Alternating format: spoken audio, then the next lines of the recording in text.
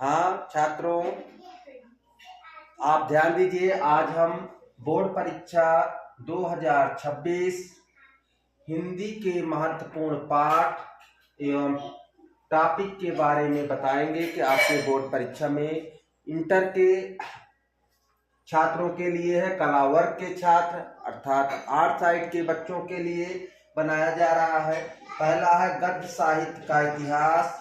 गद्य साहित्य के इतिहास से आपके 5 प्रश्न आएंगे। वो 5 प्रश्न गद्य के विकास से होंगे, जिसको मैंने आपको बताया है। पत्र पत्रिकाओं से एक प्रश्न होगा, वो बताया हुआ है। और आपके पाठ्य पुस्तक में जो गद्य के लेखक हैं उनकी रचनाओं से होगा, उसको आप ध्यान से पढ़ेंगे। दूसरे नंबर पे है पद्य साहित्य का इतिहास। ये भी 5 नंबर का आएगा। पद्य के विकास से होगा, हिंदी के प्रथम कवि। इसके साथ हमको हमारे पाठ्य पुस्तक में कोर्स में जो लेखक हैं उन पाठों में उनकी क्या क्या रचनाएं हैं उसको ध्यान से देखेंगे, पढ़ेंगे, तो ये बड़े आसानी से हो जाएगा, कोई दिक्कत नहीं होगी। अब हम आते हैं गद्य पर आधारित प्रश्नों के उत्तर। पहला यहीं से शुरू होता है। अब हमको दिक्कत इस बात की आती है कि हमको क्या क्या पढ़ना है, तो हमको बहुत ज्यादा परेशान होने की जरूरत नहीं है। पहला पाठ है राष्ट्र का स्वरूप, वासुदेव शरण अग्रवाल का, आपको पढ़ाया बताया गया है। अशोक के फूल, हजारी प्रसाद द्विवेदी का। भाषा और आधुनिकता, प्रोफेसर जी सुंदर रेड्डी। हाँ, अगर आप ये 3 पाठ मेरे द्वारा बताए गए इन 3 पाठों को आप अध्ययन करते हैं या पुनरावृत्ति कर लेते हैं तो आपको पूरा गद्यांश यहाँ से दोनों मिल जाएगा, आप केवल एक करना है। आगे है गद्य लेखकों का जीवन परिचय। 8 ग्रुप के बच्चों को लेखकों का जीवन परिचय लिखना पड़ता है, तो ध्यान दीजिए। जीवन परिचय लिखने के लिए पहले पाठ से वासुदेव शरण अग्रवाल का तैयार करेंगे। दूसरे नंबर पे हजारी प्रसाद द्विवेदी का, द्विवेदी नहीं लिखा गया है, हजारी प्रसाद लिखा गया अर्थात हजारी प्रसाद द्विवेदी। तीसरे नंबर पे अब्दुल कलाम अर्थात डॉक्टर APJ अब्दुल कलाम। अगर ये 3 लेखकों का जीवन परिचय आप तैयार करते हैं तो एग्जाम में आपके 3 आएगा, 3 में से 1 करना होगा। आपको बड़े आसानी से इन तीनों को तैयार करेंगे तो वहां आपको मिल जाएगा। आगे है पद्य पर आधारित, पद्यांश पर आधारित प्रश्नों के उत्तर, अर्थात जो आपके कोर्स में कविता लगी हुई है उसमें अब ज्यादा है, 12-14 लेखक हैं और उनकी कविताएं हैं, तो बच्चे बड़े कंफ्यूज रहते हैं कि हम क्या पढ़ें कि हमको बोर्ड परीक्षा के पेपर में मिल जाए। तो सबसे पहले हम हरिऔध की पवन दूतिया को पढ़ेंगे। फिर श्रद्धा मनु, जयशंकर प्रसाद के महाकाव्य रामायणी से लिया गया है, श्रद्धा मनु सर से इसको पढ़ेंगे विस्तार से, क्योंकि यहाँ से हमेशा हर बार पूछा जाता है। निराला का बादल रात पढ़ेंगे, वहां से आ जाएगा। महादेवी वर्मा का गीत पढ़ेंगे। अर्थात ये 4 कविताएं आप पढ़ लेते हैं, 4 पाठ, तो आपके गद्यांश यहाँ से पद्यांश के प्रश्न उत्तरों को बड़े आसानी से कर लेंगे। पद्य कवियों का जीवन परिचय। पद्य कवियों का यहाँ जीवन परिचय लिखना पड़ता है, तो हरिऔध का अयोध्या सिंह उपाध्याय हरिऔध, जयशंकर प्रसाद, महादेवी वर्मा। अगर 3 जीवन परिचय आप तैयार करते हैं तो इन मात्र 3 पढ़ने से आपको एग्जाम में कम से कम 2 मिलेंगे, 1 ही करना है आपको। आगे बढ़ते हैं कहानी, पंचलाइट अथवा बहादुर कहानी का सारांश।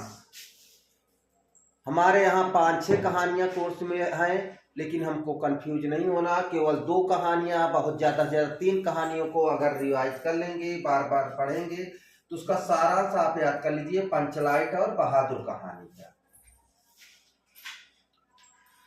आगे बढ़ते हैं इसी क्रम में अगला प्रश्न, संस्कृत गद्यांश का संदर्भ सहित अनुवाद। बच्चों के लिए सबसे कठिन संस्कृत लगता है।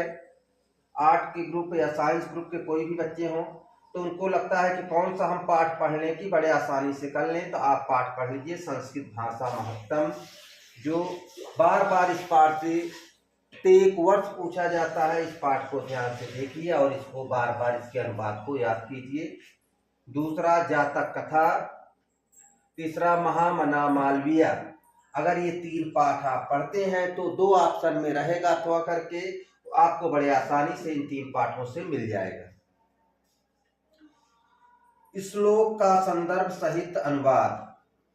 आपके कोर्स में संस्कृत अनिवार्य संस्कृत के अंतर्गत श्लोक आता है। श्लोक का संदर्भ लिखना पड़ता है, फिर उसका अनुवाद लिखना पड़ता है, अर्थ लिखना पड़ता है। तो उसके लिए हम क्या करना पड़ेगा, सुभाष रत्नान में लगभग 16 श्लोक हैं। 16 में से अगर स्टार्टिंग के 8-10 भी आप याद कर लेते हैं आपको, तब आप बड़े आसानी से 7 नंबर का कर लेंगे। दूसरा जातक कथा। जातक कथा में कुछ श्लोक हैं, 2 श्लोक हैं, उन श्लोक को याद कर लेंगे तो अथवा करके ये भी मिल जाएगा। आत्मज्ञम एवं सर्वज्ञम, इस पाठ को भी पढ़ लेंगे, इसमें श्लोक है। ये 3 पाठ अगर आप तैयार करते हैं तो आपको बड़े आसानी से मिल जाएगा। काव्य सौंदर्य के तत्व अर्थात रस, छंद, अलंकार। बच्चे इतना ज्यादा बुक में दिया है किताब में कि बच्चे परेशान रहते हैं क्या क्या पढ़ें। तो रस में आपको मात्र मैं 4 बता रहा हूं, मेरी गारंटी है कि आपको उन 4 में से जरूर अनिवार्य रूप से मिलेगा। श्रृंगार रस, वीर रस, करुण रस, हास्य रस। अगर ये 4 रस आप तैयार करते हैं तो बोर्ड परीक्षा में 2 मिलेगा, आपको एक ही करना है। इसी प्रकार छंद को देखेंगे।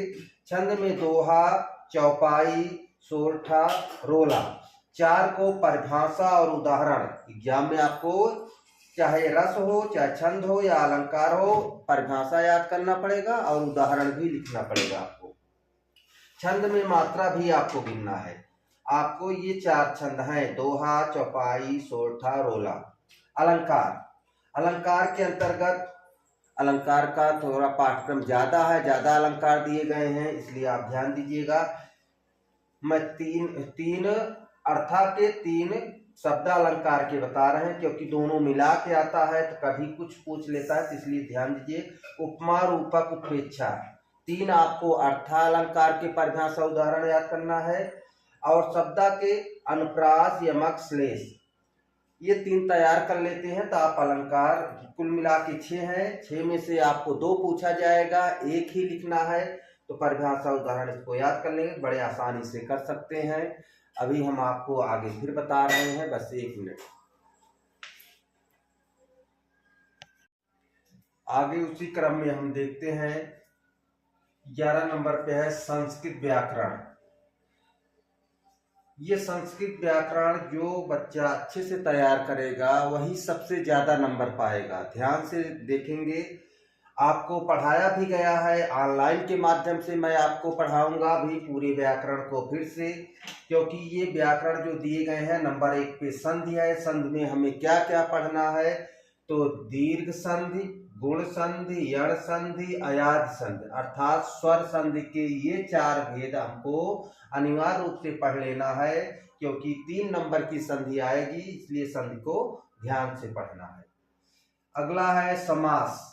समास में अव्ययी भाव समास, कर्मधारय समास, बहुब्रीहि समास आपको पढ़ाया गया है। हमारे चैनल पर देखेंगे तो आपको वीडियो भी मिल जाएगा, आपका रिवीजन भी हो जाएगा, परेशान होने की जरूरत नहीं है।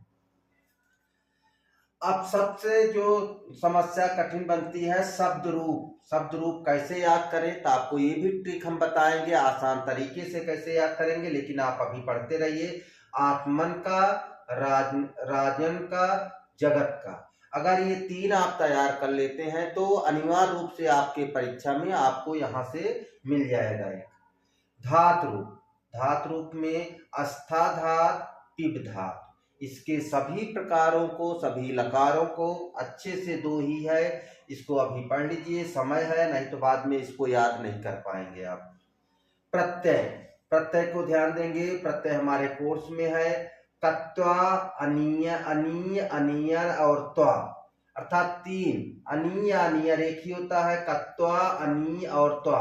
अगर ये 3 पढ़ते हैं तो हमको एग्जाम में इन तीनों से एक अनिवार्य रूप से मिलेगा, एक ही आता है 2 नंबर का। विभक्ति परिचय, विभक्त परिचय दिया गया है जिसमें कारक की विभक्तियों का लोप होता है। एक वाक्य देगा, वाक्य के अंतर्गत हमको बताना पड़ेगा कि इसमें द्वितीय विभक्ति है या तृतीय है या चतुर्थी है, पंचमी, षष्ठी, अर्थात हमको पूरे 7 विभक्तियों को याद करना पड़ेगा प्रथम, लेकिन हमको परेशान होने की जरूरत नहीं है। ओनली द्वितीय, तृतीय, चतुर्थी, अगर ये 3 विभक्तियों के बारे में थोड़ा से पढ़ लेते हैं, इनको सूत्रों को भी जान लेते हैं, क्योंकि इसको हम पढ़ाएंगे ऑनलाइन ऑफलाइन दोनों, तो आप ध्यान देंगे कि आप इसको अगर द्वितीय, तृतीय, चतुर्थी पढ़ लेते हैं तो आपकी बोर्ड परीक्षा में मिल जाएगा। अगला है खंड काव्य। खंड काव्य बच्चे ध्यान देंगे, जो बच्चे आते हैं क्लास में उनको पता है कौन सा हमारे यहाँ चलता है, जो नहीं आ रहा वो भी ध्यान से देखे और पढ़े, क्योंकि बोर्ड परीक्षा में पास होना है तो हमको 2 चीज याद करना है। एक तो सत्य की जीत खंड काव्य का सारांश याद कर लेना, कोई भी आए आप लिख सकते हो, नंबर पूरे 5 नंबर पाओगे। दूसरा द्रौपदी का चरित्र चित्रण, आप द्रौपदी का चरित्र चित्रण याद कर लेते हैं तो वो भी आएगा, अथवा करके आता है, आराम से आप इसमें से कर सकते हैं, 5 नंबर आपके हैं। संस्कृत के प्रश्नों का उत्तर, ये संस्कृत के प्रश्नों का उत्तर ध्यान से समझिएगा, ये क्या बात कही जा रही। संस्कृत के जो पाठ अनिवार्य संस्कृत में है उसमें संस्कृत में आपको उत्तर देना है, पाठ में रहेगा, उससे पाठ से रहेगा, ध्यान देंगे। इसके लिए हमको संस्कृत भाषा महत्तम के जो प्रश्न है उसके उत्तर जान लेना अच्छे से, क्योंकि इससे एक आपको अनिवार्य मिलेगा। दूसरा महामना मालवीय से मिल जाएगा, आप ध्यान देंगे, श्लोक से नहीं आएगा, गद्य से ही आएगा, तो आप आराम से 4 आता है, 2 करना है, बड़े आराम से इन दोनों पाठों से 2-3 मिल जाएगा, आप कर सकते हैं।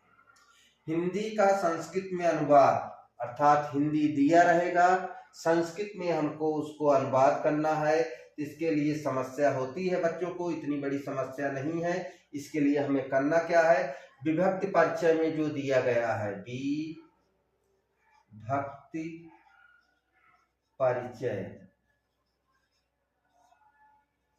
में जो नियम दिया गया, अगर उसको हम पढ़ लेते हैं तो अनुवाद बड़े आसानी से सही कर सकते हैं। अनुवाद हमारा 4 नंबर का आता है, ध्यान देंगे। अब आ गया निबंध लेखन, सबसे ज्यादा 9 नंबर का। आप इसको अच्छे से तैयार करिए, मैं बता रहा हूं आपको, अगर ये तैयार कर लेते हैं तो आपको वहां मिल जाएगा जरूर से। आतंकवाद की समस्या, आतंकवाद की समस्या, पर्यावरण प्रदूषण, आपको पढ़ाया बताया लिखाया सब गया है, आप आसानी से कर सकते हो। पर्यावरण प्रदूषण भी आप पूछा जाता है। बेरोजगारी की समस्या, कंप्यूटर का महत्व एवं उपयोगिता, भारतीय समाज में नारी का स्थान, यानी आपको मैंने इसमें निबंध लेखन के अंतर्गत 5 टॉपिक बताए हैं। उनमें से अगर आप 5 तैयार करते हैं तो एग्जाम में 4 आता है, 4 में से कोई एक करना है, बड़े आसानी से कर सकते हैं। इसी प्रकार बोर्ड परीक्षा से संबंधित कोई भी जानकारी या पाठ्यक्रम से संबंधित, हिंदी के पाठ्यक्रम से संबंधित कोई जानकारी चाहते हैं या आपको ऐसे भी जानना है तो हमारे नंबर पर या हमारे चैनल पर विजिट करेंगे, देखेंगे। हमारे चैनल को लाइक कर लें, सब्सक्राइब कर लें, एनी टाइम आपको समस्याओं का समाधान हम करते रहेंगे। धन्यवाद।